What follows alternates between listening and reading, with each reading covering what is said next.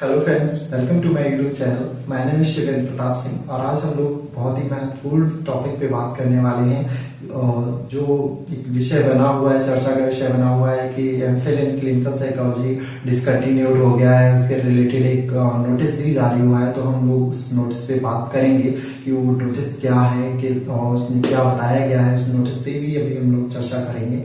तो उस नोटिस के बारे में जान लेते हैं, किस मिनिस्ट्री या किस ऑर्गेनाइजेशन के द्वारा ये जारी किया गया है। तो जो नोटिस है वो health and family welfare division के द्वारा जारी किया गया है और इस नोटिस में ये बताया गया है कि अगर एमफिल इन क्लिनिकल साइकोलॉजी जो है वो अगर डिसकंटिन्यूड होता है तो आपको लाइसेंस लेने के लिए किस ऑर्गेनाइजेशन के पास जाना है या कौन सी ऑर्गेनाइजेशन आपको लाइसेंस प्रोवाइड कराएगी to work as a professional psychologist. तो उसी के बारे में इस नोटिस में बताया गया है। इन्होंने बताया है कि जो आफ्टर जो आपका अगर MPhil in clinical psychology discontinued होता है तो लाइसेंस लेने के दो तरीके होंगे।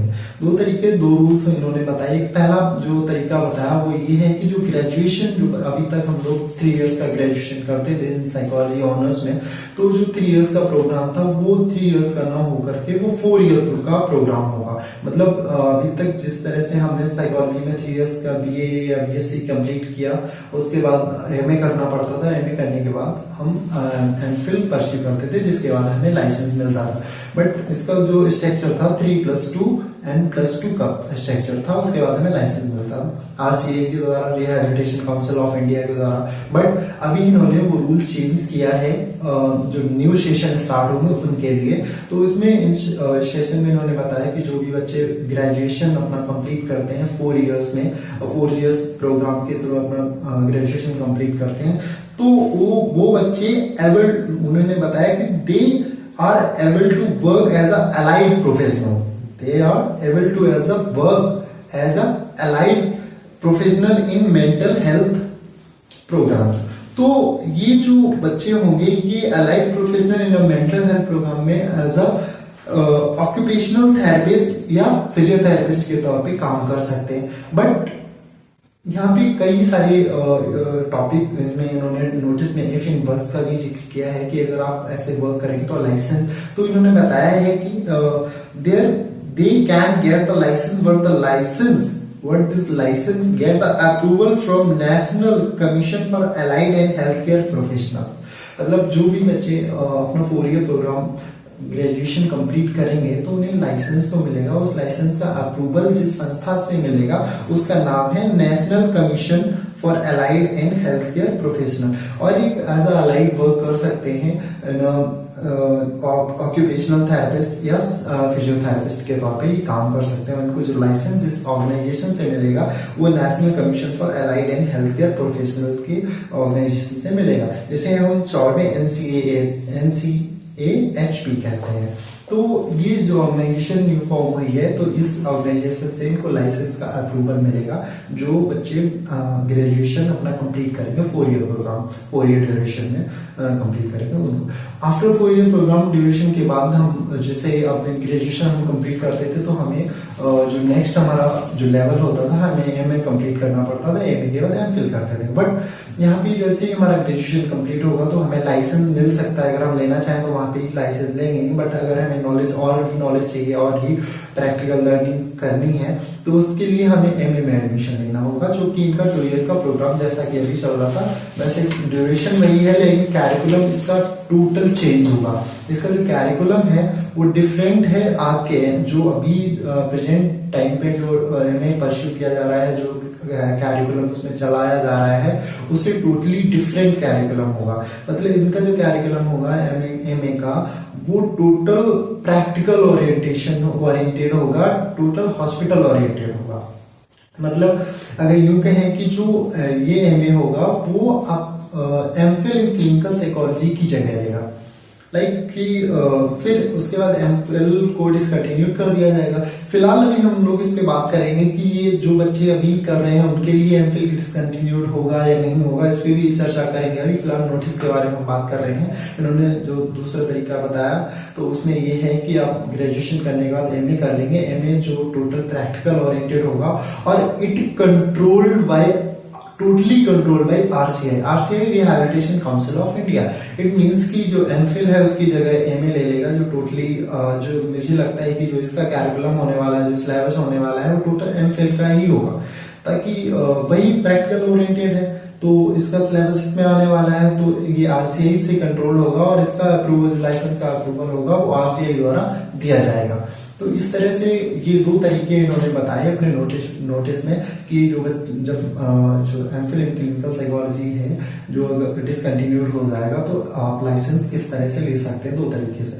तो अब हम आते हैं उन बच्चों पे जो ग्रेजुएशन जिन्होंने किया, नॉर्मल 3 इयर्स का जो प्रोग्राम इन्होंने किया, जिन बच्चों ने किया है तो उसके बाद उन्होंने एमए कर लिया, तो वो अब क्यूरियस है कि उन्हें लाइसेंस कैसे मिलेगा। तो वो उनके लिए एमफिल अभी डिसकंटिन्यू नहीं हुआ है और ये 4 to 5 इयर्स यूं ही चलेगा जैसे चल रहा है, क्योंकि नया सेशन 2024 से स्टार्ट होने वाला है।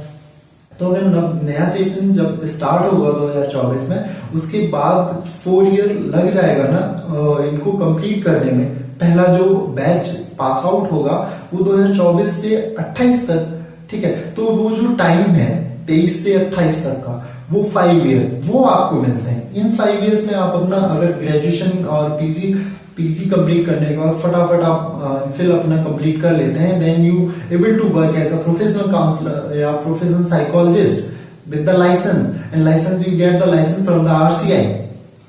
तो आप वरीड मत होइए, अगर आपने एमए किया हुआ है, पीजी किया हुआ है, तो आप एमफिल के लिए प्रिपरेशन करिए, एमफिल में एडमिशन लीजिए and then you get the licence, और आप फिर वर्क कर सकते हैं प्रोफेशनल साइकोलॉजिस्ट के तौर पे।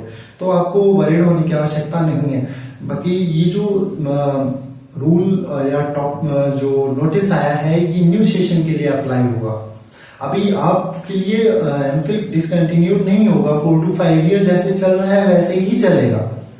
तो आप अपना जो प्रिपरेशन जो बच्चे कर रहे हैं, जो सोच रहे हैं कि अब मैं एमफिल के लिए प्रिपरेशन करूं या नहीं करूं, तो वो अपना प्रिपरेशन कंटिन्यू कर सकते हैं, और जो फॉर्म वगैरह जो यूनिवर्सिटीज रिलीज करती हैं वो करेंगी, क्योंकि अभी 4 to 5 ईयर ये प्रोग्राम जैसे चल रहे थे वैसे ही चलेंगे, ठीक है ना।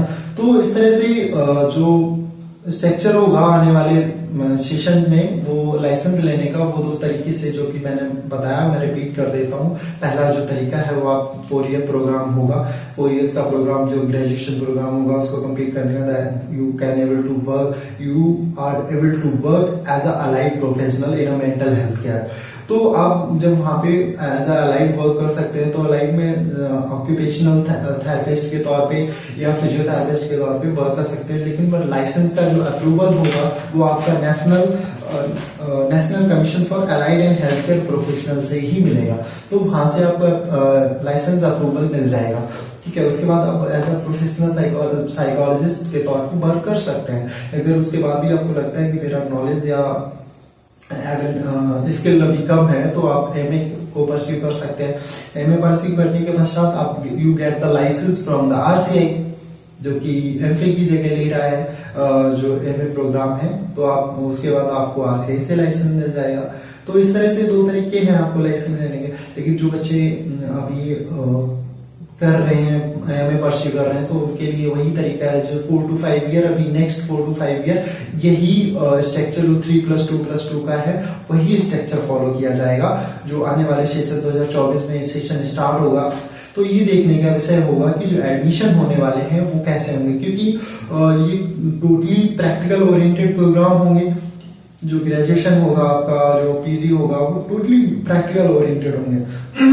तो प्रैक्टिकल ओरिएंटेड होंगे जिसकी वजह, या हॉस्पिटल ओरिएंटेड होंगे, तो इसकी वजह से आपको जो भी यूनिवर्सिटीज होंगी उन्हें हॉस्पिटल अटैच्ड होना पड़ेगा, या वो यूनिवर्सिटीज ही इन प्रोग्राम को रन कर पाएंगी जिनके पास हॉस्पिटल्स हैं, जिनके पास ऐसी सुविधाएं हैं, ओपीडी की सुविधाएं हैं। तो इस तरह का ये देखने का विषय होगा कि किन कॉलेज जैसे निमहैंस हो गया, इवाश हो गया, सीआईपी हो गया, तो इन कॉलेजेस में तो इंट्रोड्यूस होगा ही होगा। तो आपके लिए बहुत बेस्ट अपॉर्चुनिटी है, क्योंकि जो एमफिल करते थे वही बच्चे इन हॉस्पिटल्स या इन स्कूल्स में जा पाते थे, बट अदर बच्चे को मौका नहीं मिलता था।